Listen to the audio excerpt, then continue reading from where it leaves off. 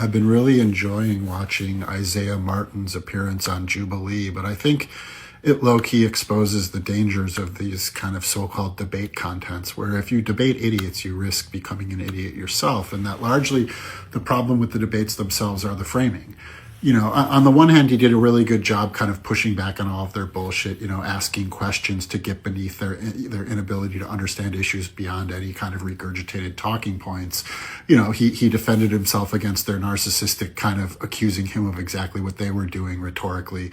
But I want to talk about like the issue of Doge, for instance, where they were debating whether Doge was a success or a failure, and resting in the kind of gaslit framing that Doge was actually about like cutting government spending. It was never really about that. That was the pretext. That was the cover, right? It was about data collection. It was about an invasion by a non-state actor of all of our government's most sensitive personal data. And in that regard, it was a huge success. That Elon Musk now has all of that data to feed Grok, to give to Palantir, to further the aims of the Dark Enlightenment crew.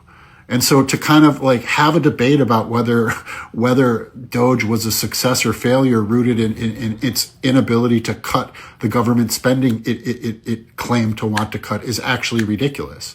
I mean, this lie that like Republicans are about limited government and fiscal responsibility has been disproven literally decades ago with mountains and mountains of data. And so to continue to kind of engage them rhetorically on their bullshit framing without pushing back on it is really actually, I think, damaging and part of the problem. That all of this debate content, they're not debates, it's performative nonsense. Right? It's just two people living in alternate worlds trying to like deploy facts against one another, but one side has completely lost their mind, and usually the other side is still towing the fucking company line. And sure, it's fun to watch him dunk on these morons, just like it would be fun to watch Victor Wembanyama dunk on a bunch of sixth graders, but it's not something I'd take seriously.